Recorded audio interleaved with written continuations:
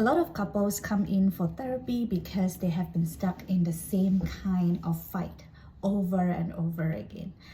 And sometimes it really isn't about who's going to take out the trash. It's something more. Hi, my name is Mini and I am a licensed and registered therapist in Malaysia. And I see people with relationships issues, whether or not it's individual, couples, or even families. Now, when a couple come into the therapy room with a fight that they have been having over and over again, most of the time it has very little to do with the content of the fight. The content of the fight can be who's taking out the trash can, who's feeding the kids tonight, what are we going to do for this weekend? And it can look like we are arguing about all those little things in life. And actually what doesn't get surfaced in the conversation is the hurt and the ruptures that's happening underneath.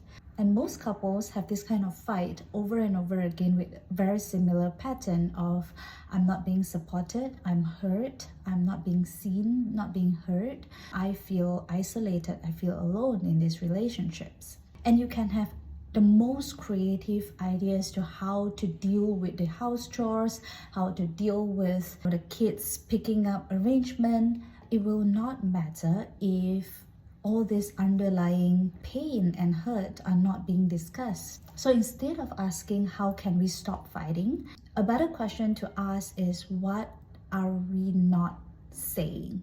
Because saying why are you not throwing the trash out is much easier than saying, hey, I don't feel supported. Hey, I am feeling alone in this. And it's also important to ask the question on what makes it difficult to have this kind of conversations. And when we are able to hold space for this kind of intimate, important questions, then you open up space to repair that hurt, or you open up space to hold each other and to be closer to each other.